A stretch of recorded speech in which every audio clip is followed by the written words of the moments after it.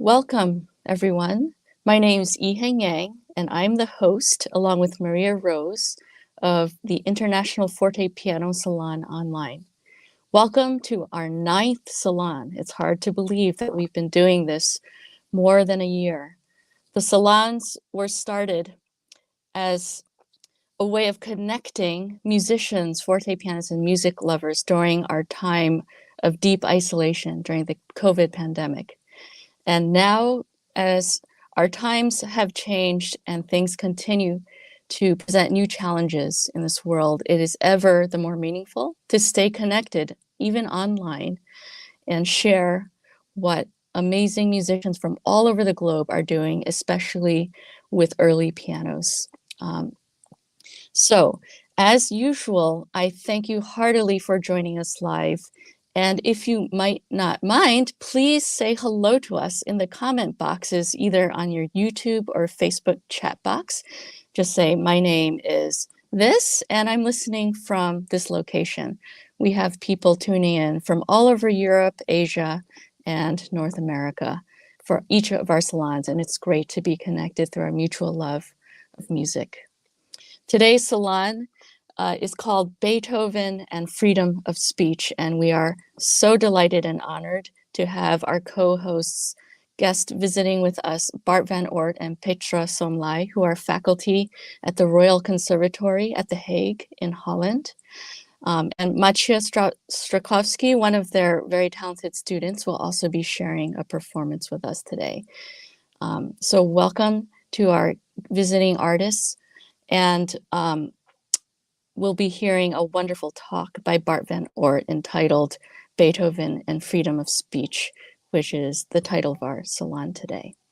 So I had a personal thought to add, which is what a wonderful time to be talking about freedom of speech and clarity of the human spirit expressing itself as we watch the people of Ukraine fight for their political autonomy and independence. So we send our heartfelt wishes and prayers to the people of Ukraine and hope that each of our pursuits of music adds to people speaking up for themselves and encouraging free expression around the world.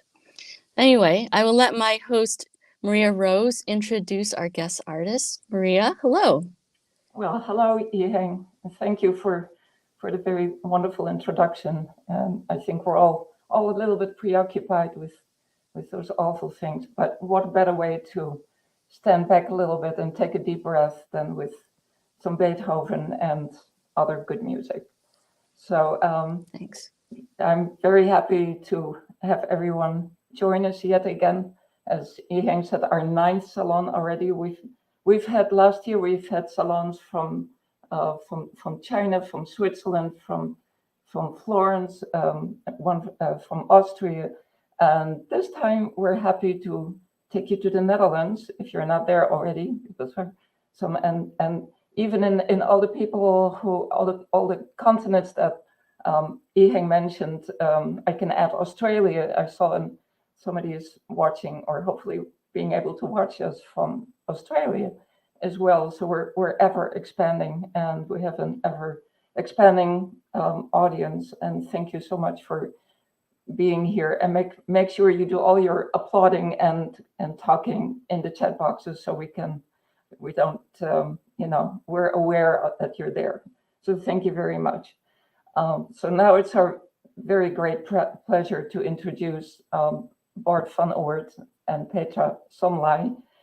Bart is in the Netherlands. I have known him for a very long time, and actually I'm not even sure Bart knows this. I was at his winning performance at the Bruges competition in 1986, and but I'm not sure I met you at that time. But I met you shortly thereafter when you came to the United States and studied with Malcolm Bilson. And as fellow Dutch fortepianists, we had a lot in common, and we stayed in touch ever since. And I have to say that Bart has been one of my models for incredible productive activities and ever expanding interests in different fields of the fortepiano world, not only teaching and performing, but chamber music and master classes, and also, as we will see, some academic interests and expanding the thinking of what it means to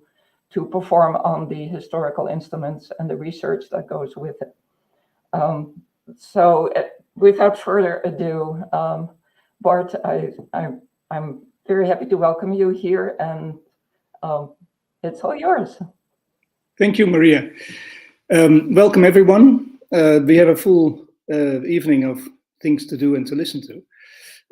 Maybe before we introduce the first piece of music, I would like to show you a little bit around our house. We live in Schiedam, which is very close.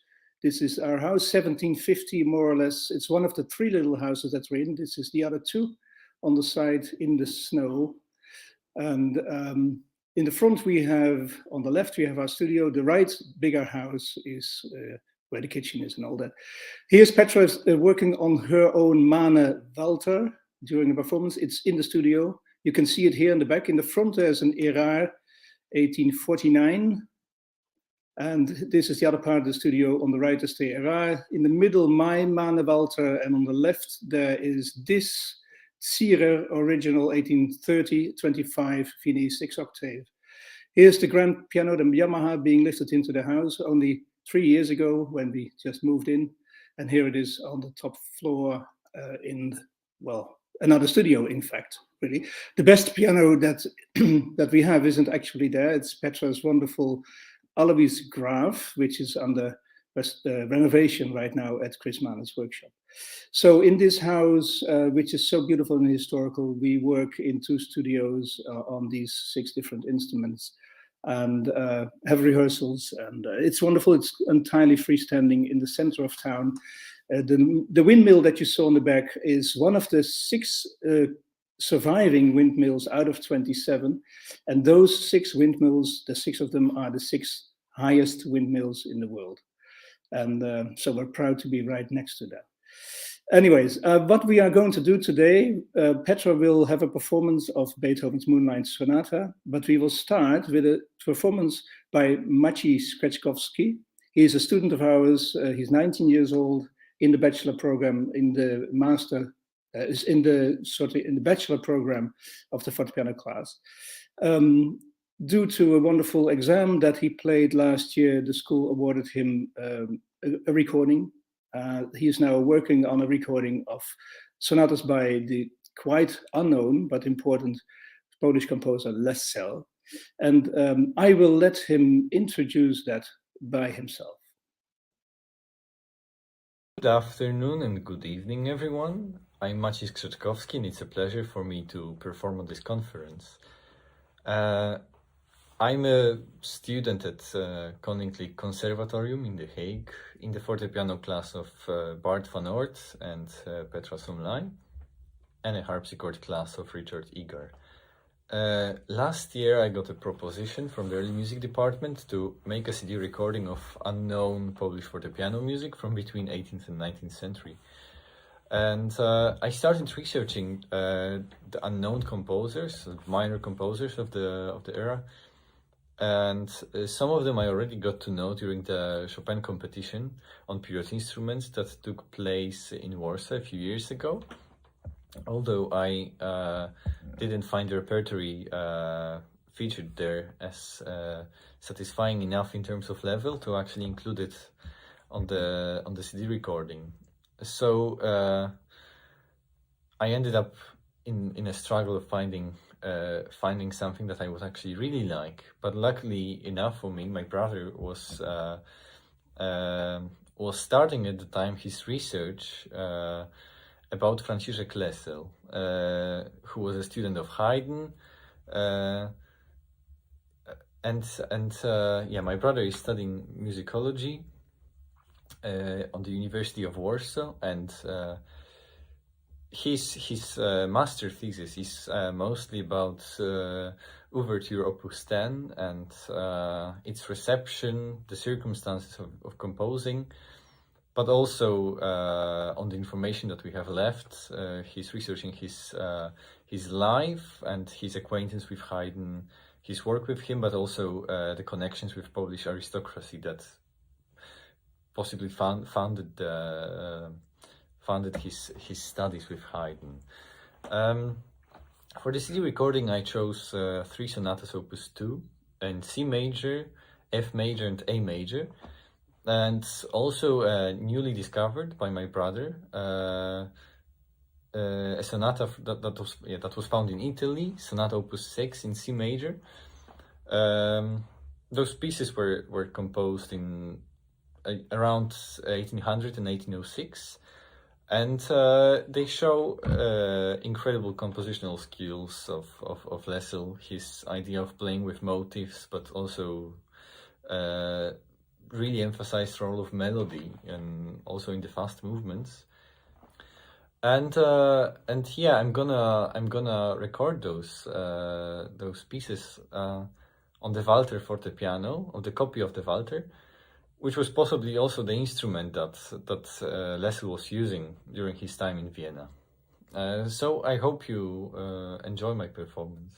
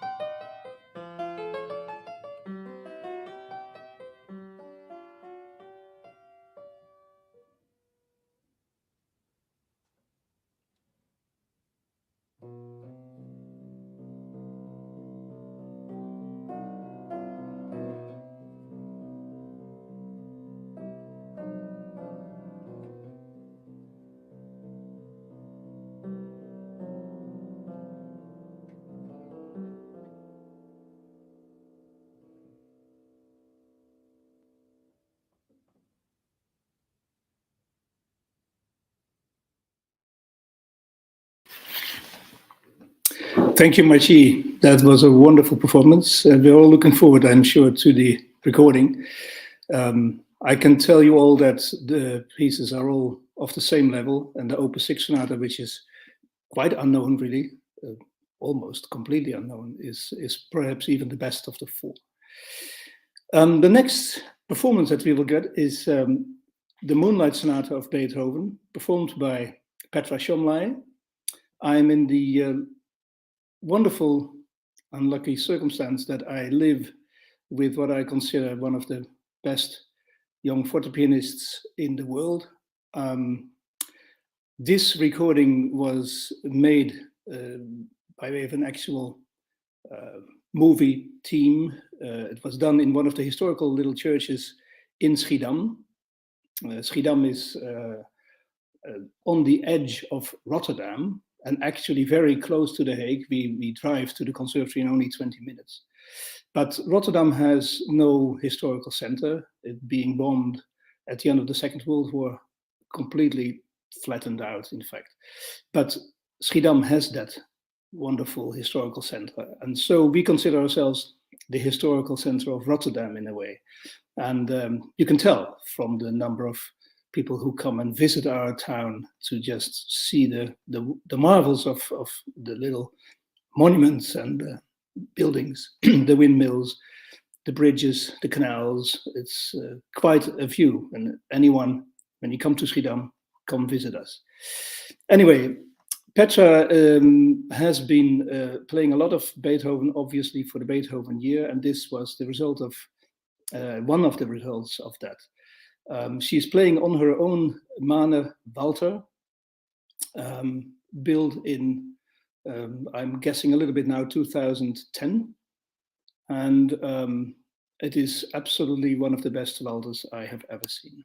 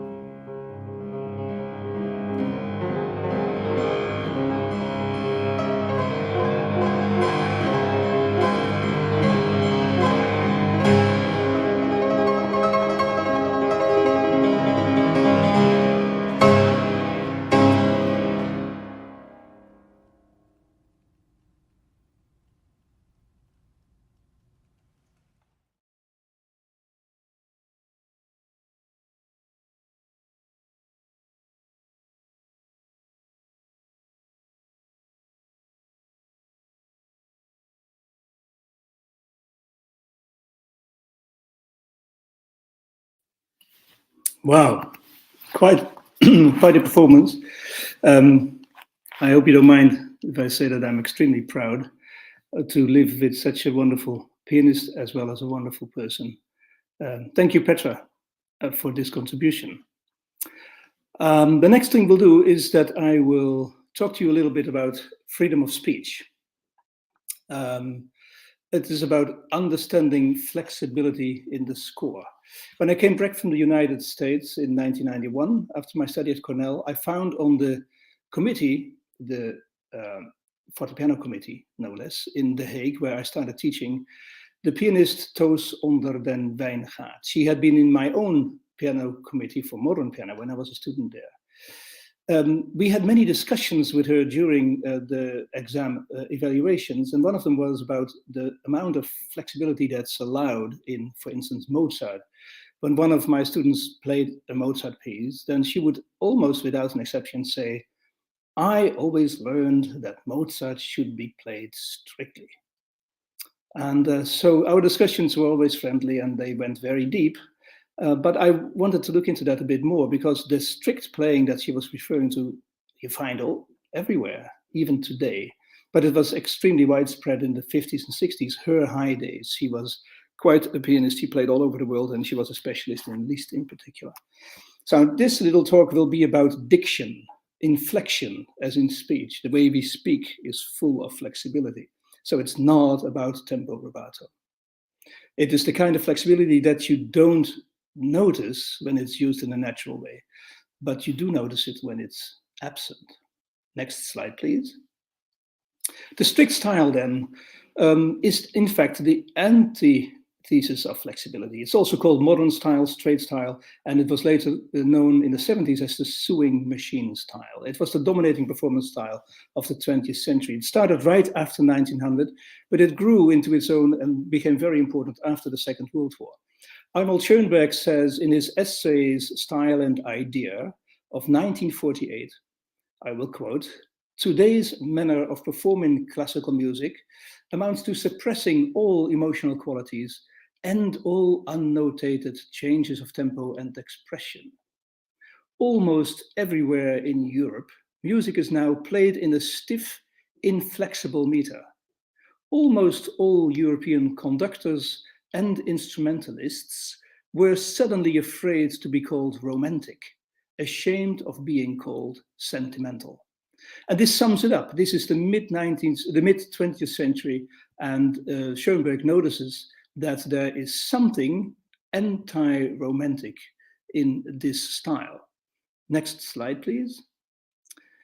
The strict style then we can define as a reaction to the romantic style. Romantic style being extremely personal and to the point of, well, disregarding the score in a way that we would not do today, but made it very personal. We can hear those recordings on YouTube. It was reinforced by dodecaphony, which started around 1990, and serialism, which became defined more or less in 1947, right when Schoenberg wrote this, which was, by the way, itself also a reaction to Romanticism. The strictness manifested itself in movements like The Style, which was a Dutch movement, which inspired Bauhaus in Germany in 1919 already, and in one very important exhibition in Germany in 1925, which was called Neue Sachlichkeit. And after the Second World War, it culminated in the Urtext edition, in which interpretation became something that said, if it is not commanded, it is forbidden.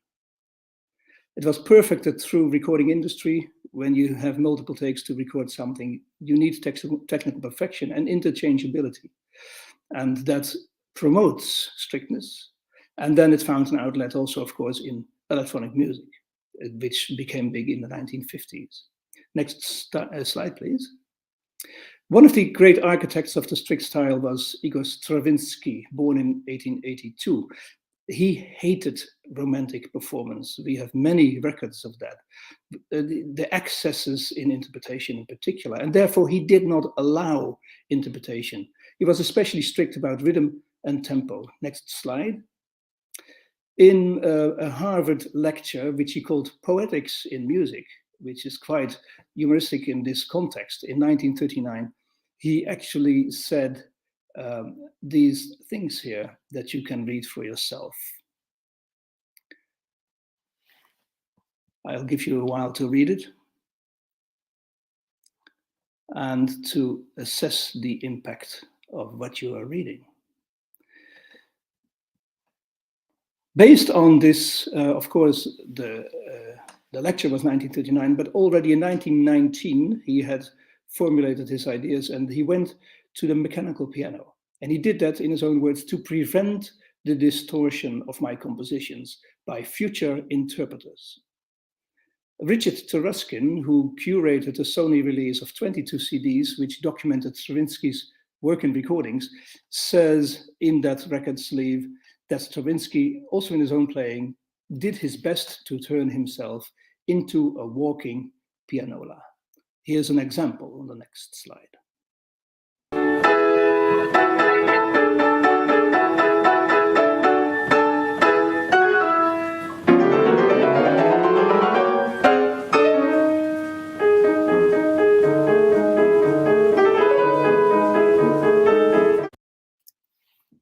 Thank you, Sarah. 1917, I said 19, but it was 17. What does it then mean to perform in the strict style? What are the features? Well, we probably all have examples in our head of seriousness and grandeur, of a slow tempo, a full tone, a full and maintained tone, but in particular, a performance in which all notes are equal, even in dance movements. For the piano, that would mean that both hands, not one, but both hands are glued to the metrical grid, more or less. In fast movements, they easily become virtuosic showpieces in continuous motion, which, of course, we know as the sewing machine style. Urtexts that we had after the Second World War, they inspired a literal interpretation. They inspired reading the score as a set of instructions rather than a set of descriptions. And since the urtext has very sparse dynamics in the classical repertory, we got terraced dynamics because crescendos and diminuendos were simply not written. I have an example here on the next slide from the Mozart C minor sonata, second movement.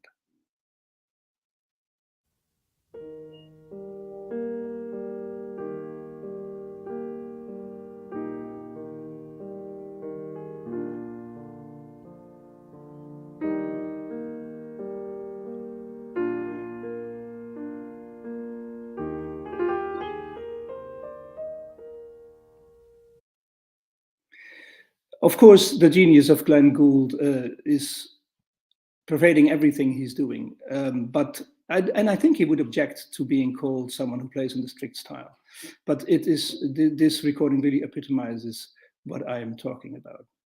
Bruce Haynes, oboist and historical informed performance pioneer, who died in 2011, wrote just before he died this wonderful book, The End of Early Music, 2007. And he defines period style, that is the opposite of this strict style, as a style in which we use phrasing by gesture, we use agogic accents, we use note placing, we have beat hierarchy. And this is exactly what is not very prominent in Glenn Gould's and many of its contemporaries' recording. It's important, by the way, to realize that historical informed practice was itself also inspired by the Romantic excesses before 1900.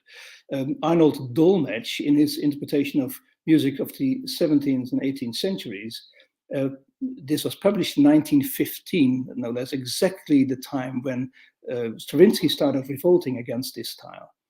The last line in his very book, the absolutely last thing he says, we can no longer allow anyone to stand between us and the composer. And he promotes faithfulness to the score. By the way, don't we all? It's just a matter of how far do you go. The period style that Bruce Haynes talks about is in fact what we now call the rhetorical style, because rhetoric is at the basis of the classical style. The next slide, please. Many treatises, we're one slide ahead, doesn't matter. Yes, thank you. This is the one. Many treatises relate music to speech. And if that is true, then for music, we need the same things as we use in speech: articulation, interpunction, and in particular, diction. And that all leads to rhythmic flexibility. But most interesting is that this speech-like flexibility was so normal that it was never specifically mentioned in any source. I would like to relate that to what we now call non-legato. We teach our students to not play legato everywhere, especially when we talk about the modern piano. And like Glenn Gould did, by the way, we teach them to separate the notes, to be more articulated, so to say, and we call that non-legato. But I would like you to think about this, that non-legato was not a term that was ever used until the time when the norm became to play legato. Non-legato is not an 18th century term, it is a 20th century term. Next slide, please. Andrew Lawrence King summed it up very nicely. We think that water has no taste because we were born with it in our mouth. It's true. When it is well done, we don't even know that this flexibility is there. Now let's look at some treatises which relate to speech. Next slide. Johann Joachim Quanz talks about delivery of an orator. Next slide.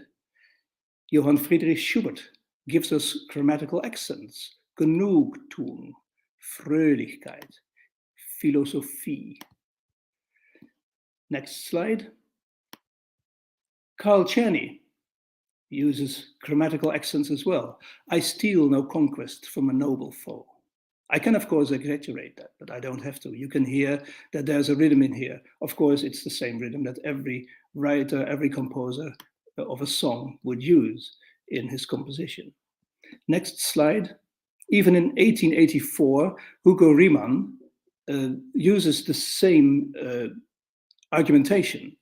He finds playing like a metronome unmusical, machine-like. We are now at the high days of Romanticism, and still this pervades this idea. Next slide is Malvin Bray, who wrote about the work of Leschetizky with his consent. He never wrote himself, but he said, this is the piece, this is the book that I would have written if I had written down my method. So he endorsed it completely.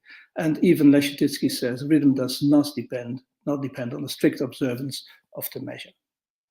Next slide.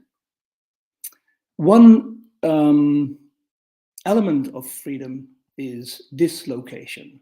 I have to talk about that because it's very often used as an argument to be not strict. It is even called today very often rubato. And that is not a bad idea because it was first described by Türk in 1789. Next slide. In his chapter on tempo modifications, he calls it there the so-called tempo rubato. And he explains it. He says, only the notes of the melody are moved out of place. Remember this, because he says the notes of the melody. I will get back to that later. The motivation to do this is melodic. By the way, this is not a local event. It's not just Germany. The same description we find in France in the Méthode of Adam of 1804, and in Italy in the Metodo de Pollini in 1812. Next slide. Here we find an example in Mozart's C minor sonata. I would perform it like this. Next slide.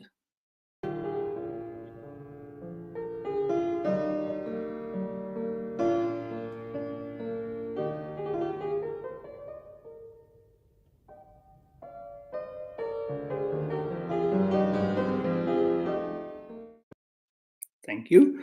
As you noticed, I would start a little slow on that slur. Slurs do start slower and end up a little bit faster, so that the left hand can join the right hand without an audible rhythmical break in the right hand. I'm not saying that this is right. I'm only saying that this works for me, and you can find your own way, but the effect is entirely expressive. I guess this is more or less what Türk had in mind. Next slide, please. Now, what happens if dislocation becomes a romantic technique? It actually became a style feature of the romantic style right before 1900.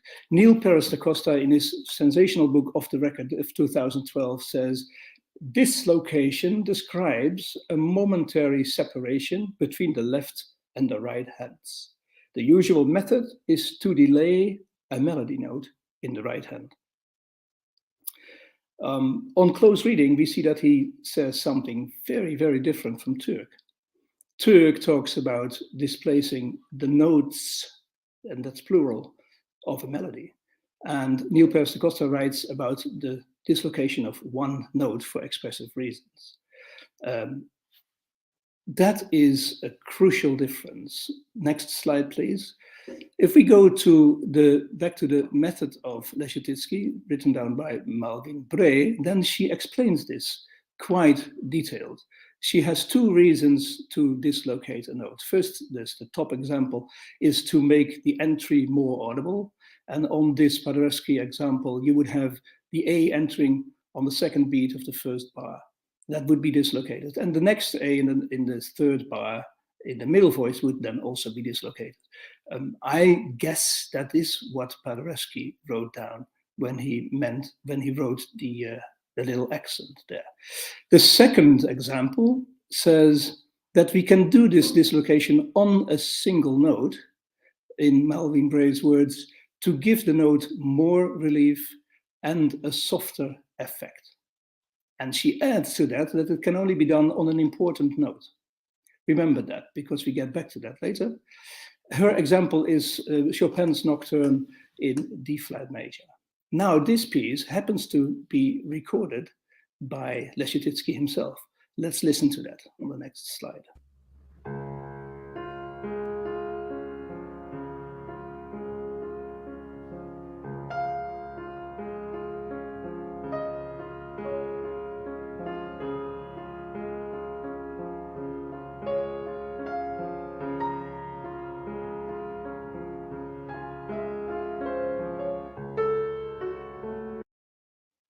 Thank you. As you noticed, most of the notes in the right hand are now dislocated, and that is not just the important notes on the downbeats anymore, but practically everything. Dislocation clearly has become a tool to beautify what is already beautiful. It has also become indispensable. You could compare it to the development that vibrato went through. Some recordings before 1900 are really excessive. The best example, or worst if you like, depending on your taste, would be Paderewski, himself a student of Leschetizky. But I have to add that not all pianists of the time did it. It was really a school of playing. One notable example is Claude Debussy himself. The composer Alfred Casella, who played four hands with him in 1913-14, right again at the time when Stravinsky made his little revolution, big revolution in fact, when this became a big issue in music life. And Casella writes about those moments of playing together. Debussy's rhythm was perfect, and the two hands always played precisely together. Most striking is, of course, that he finds it necessary to note this. It was striking to him that Debussy played the hands together. It's, by the way, not entirely true, because if you listen to Debussy's own recording, for instance, of Cathédrale Engloutie, then you know that he uses dislocation extremely effectful and precisely in the places where he really wants it, but not in a way that it is out of control. And although Neil Peres da Costa writes in the second half of the 20th century, dislocation was firmly a thing of the past, I don't think that that's entirely correct. It has made an enormous comeback. Many pianists today use dislocation much more than Malvin Bray proposes, and very often unconscious, like vibrato. Like I said, dislocation has become a part of the tone production. And this unconsciousness in using it comes to the foreground in a comment in the biography of Max Pauer, pianist. Can I go to the next slide, please? This is in an interview of 1913, where he says, sorry, can you, yeah, thank you, there you are. he says, when I listened to the first record of my own playing, I could hardly believe my ears, and yet the unrelenting machine showed that in some places I had failed to play both hands exactly together. And then he goes on a little bit about it, and he says, my God, this is so horrible. I really don't want to do it. I tell my students that they cannot do this. But this interview was very soon after his recording of the Mendelssohn Rondo Capriccioso, which I will not show you now because of time, but you can find it on YouTube. This was about 1908, and there he uses dislocation almost as much as we heard Leschetizky do right before. Interesting also that after this confession of power, all his subsequent recordings show as much dislocation as before. Next slide. We must conclude then that dislocation is not actually helping the so-called freedom of speech in the classical style or even the romantic style. The classical dislocation that Türk describes is a horizontal event. It is about displacing a melody. It's about making the entire melody expressive. But the romantic, as well as the modern dislocation that we find now in the 21st century, is expressivity of a single note. It's a vertical event. And that is irrespective of dissonant or consonant, heavy or light, or like Melvin Bray says, important or weak notes. Modern dislocation, therefore, in my opinion, does not create diction-like flexibility. It is almost as if you're highlighting an individual letter in a musical word. Highlighting a letter does not make the word expressive. You have the risk when this happens that the musical grammar is becoming unclear and the logic of the phrase. The phrase will not be a horizontal event if you do too much of it, because you will start hearing a string of beautiful moments, very expressive, of course, but not an ongoing event. Next slide, please. Now let's look at the historical sources. They do talk about this natural pronunciation, but not very precisely, not acutely, because it was something that everybody understood. Next slide. Here is Türk in 1789. He says that one can linger longer on a very important note beyond the notated length than on a less important note. I do not have to prove, since everyone understands this. In other words, the natural way of pronouncing a musical word or motive, we don't have to talk about. The same, by the way, we find in comments, the same comment in sources throughout the 18th and 19th century. Quantz, 1752, Carl Philips, 1753, Manuel Garcia, his Nouveau Traité, 1856, Heinrich Germer, Wie spielt man Klavier, 1881. And that's only the tip of the iceberg. Many of the sources have hidden or straightforward directions to do something with the length of the note, with the shaping of the musical gesture. Next slide. Here's Türk again. Türk says, when you displace a normal accent of the strong notes to a weak one, then you must lengthen the stronger, the louder note, or else it doesn't work. The important notes must be played slower and louder, the less important notes more quickly and softer. And this we find exactly in the two C minor sonatas of Haydn and Mozart. Here's Mozart's example on the next slide. Try it for yourself. Just volume is going to make you sound like a chicken. But lengthening the forte note will actually make it a lilting effect, which is very expressive. Next slide. The next well, not so hidden instruction in the scores, in the sources for flexibility is the performance of the slur. The first note under a slur is always the most expressive, and therefore lengthening is necessary. And it is extensively described, in particular by Leopold Mozart. Next slide. His various descriptions of the correct execution of the slur are so important to him that if you start reading it and counting the number of definitions, which all amount to the same definition, obviously, he gives in his treatise 11 full-fledged definitions of this. The first of 2, 3 more, or 4 or more notes, when they are slurred together, must always be stressed more strongly and sustained a little longer. Then those following must diminish in tone and be slurred on somewhat later. In other words, there is a rhythmical freedom built into the slur. When the slurs are performed like this, and there's, in my opinion, no exception to it in all the Mozart works which are performed, which is essentially all the works for piano solo, I never found a slur that doesn't do this. Same with Haydn, same with Carl Philipp, same even still in the works of Chopin, although there it takes on different meaning as well. It is not only for violin. We find these references also in Quantz and in Carl Philipp Emanuel Bach and in Türk and in other treatises. When there is a 2-note slur, however, which we now call a seufzer or a sigh or a sospiro, then it causes a lilting effect, a little bit like the reference is of course out of place, but a little bit like French note inégal. Next slide. Here we have Haydn's B-flat major sonata with the little lilts, and I would perform it like this. Next slide.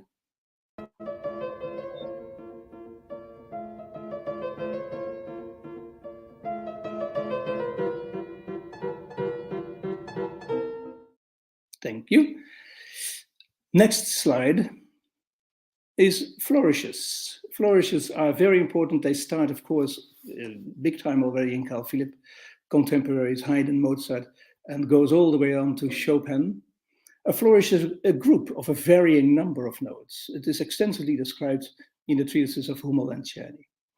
Czerny says, what is important about this group of notes is that they are smooth and that the performance is uniform and that there's a natural effect of the entire flourish. Now, of course, natural means different things to different people, but let's see how he explains it. Next slide.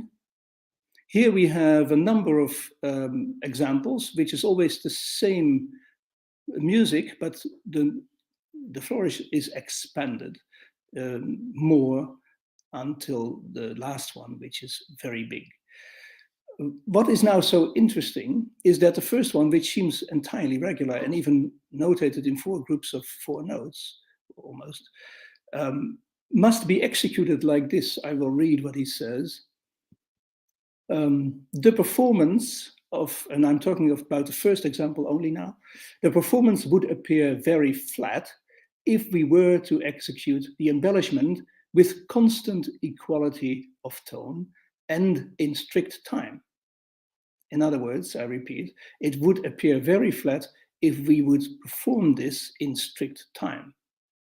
No matter that it seems written down in such a way that the bass notes fit perfectly well with each group. And then he says the execution is as follows. It is right next to it. And if you note that underneath the second group, it says pianissimo un poco smorzando. Smorzando, in Chinese words, you can read that up in his treatise, means not just getting softer, but getting slower. This can only be done, obviously, if the first group in this crescendo has been getting a little faster. In other words, there's a rhythmical freedom in here, which he expands throughout the next 3 examples in this, on this page. Next slide. We come to Chopin. This is the end of my lecture. Chopin wrote this C-sharp minor nocturne and sent it to his publisher, and the publisher sent it back. I will explain why in a little while, but this is what we now see in most editions, including urtext editions. As far as I know, there are only 2 urtext editions. The second one is very, very recent, which do give you an alternative. As you can see before I show you the alternative, sorry, can we go to the next slide? Sorry, Sarah, I forgot to say that. Here we have a very strict rhythm. Ya, da, da, da, da, dee, da, da, da. Ya, da, da, dee, da, da, da, da, da. I'm talking about those 2 bars and the 2 bars right underneath only. But now let's see what he did send to his publisher, and of which the publisher said, I'm sorry, I cannot publish this. Nobody will get it. And there you see that it is, in fact, it has 2 meters. The right hand is a 3/4 on those 2 bars, and the left hand is the normal 4/4. I believe that what Chopin tries to notate here is his own freedom of speech. Mind you that this nocturne is full of themes from the second piano concerto. Actually, the dedication of this nocturne to his sister, Ludwika, was to my sister Ludwika as an exercise before beginning the study of my second concerto. If we believe that this freedom that Chopin notates here is, well, put into a grid, more or less, in the version that we know, the version on your left hand, then we are faced with a very interesting and important decision. Would we ever have the courage to perform what is on the left-hand side of the page, more or less like what we see on the right hand of the page? The answer is, of course, we are all slaves to the urtext these days, and we would not make such enormous differences audible. But clearly, this is what Chopin had in mind. And if we actually believe that we can perform it like we see on the right hand of the page, then we would have to conclude something very striking also about the second piano concerto. Anyway, this is how I recorded this nocturne. Can you play that, Sarah?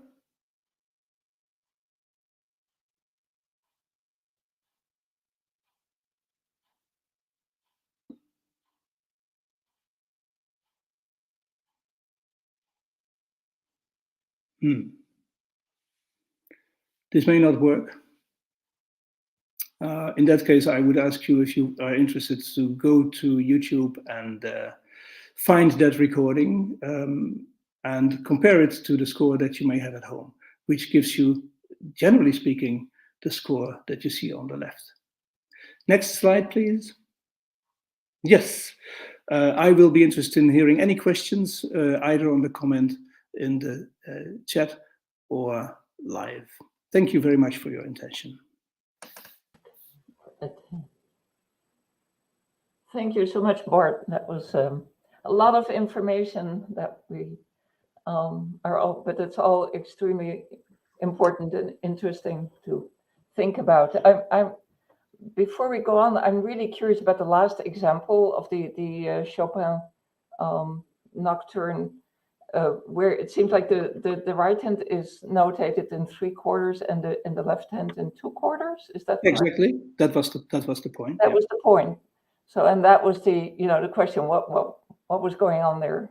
Well, the point is that was the original notation. That's in the manuscript. Right. The manuscript was hidden for a long time. That's why we don't have urtext that show. Yeah, no, it's very curious. Yeah, and now we know that was not accepted by his publisher, because the publisher said that's too complicated. Can you simplify? Yeah, no.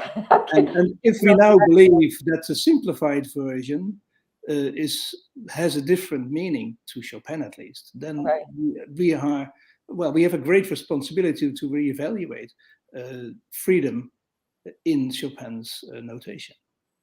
Yes, and some of these questions came also up in the back in March, exactly a year ago, the Pierre Gois, and when he and his students were talking about interpretation of Beethoven. One thing struck me in there is the indications for students as opposed to instructions for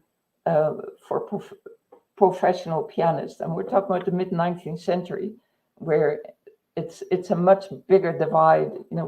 We assume that every instruction, sometimes in every edition, is for a performance, and it came in that discussion. One of the things that came out of it is that there are additions, or he talks in the Martialist talks in introduction about what students need to learn and what the masters need to know, and that distinction, which has often become a little bit mixed up together in the way we look at early editions.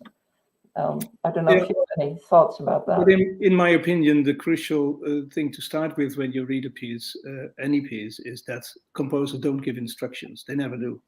Maybe in the 20th century, Ligeti, Stockhausen, they will tell you what to do. And if you do just as they say, then everything will be fine. But before that time, they never write you what to do. They will tell you what the effect should be. And that means that we need to interpret. Right, right. And another question that I was wondering about, because you said emphatically it was not about tempo rubato, but it seems to me there is an overlap with the tempo rubato, as we understand it to be that the left hand stayed strict and the right hand. Yeah, that's correct. That's correct. You're right about that. The reason that I don't see it as the same thing is that there is no intention to be not together. It will happen. It will happen. But that is not at all by itself what makes the music expressive. Not being together is not the goal. It is the shaping of the musical motive. That's the goal. And then if you listen to that on its own virtue, then you don't even notice that it's not together with the left hand. We have a question here that came from the audience, Anne Goodwin, who asked, how did Beethoven approach the concept of freedom of expression in music? How was this viewed in his time, or in the historical era that he was born into? And what changes happened afterwards in 2 minutes? That's a big one. Yeah, that's a very big question. Thank you, and that's a wonderful question. The concept of freedom, I would say, is almost the same as saying that on the modern piano we use non-legato. It is, nobody talked about the concept of freedom in those days because there was no unfreedom. You would play the music the way you would speak or you would sing. And that would include freedom all by itself. To be not free was an invention of the 20th century, really, which had all the reasons and all the starting points that I just outlined. So I believe that if there's anything in Beethoven's approach, it would be that freedom is a given. But of course, there is music that benefits by a very rigid rhythm. The opening of the Waldstein Sonata, there's no freedom there. You don't even want it, obviously. The rhythmical power of the first movement of the Waldstein Sonata, or Appassionata for that reason, and a couple other pieces. Yeah, I have is what sets it apart. That's okay. Sorry? I said I have a slightly different view of the Waldstein. Okay, you can tell that later. Another time. We will have a discussion. Whatever the interpretation, I believe that being strictly rhythmical is absolutely a virtue if you do it in the right place, and being free with your shaping is also a virtue. But of course, it's not a goal in itself.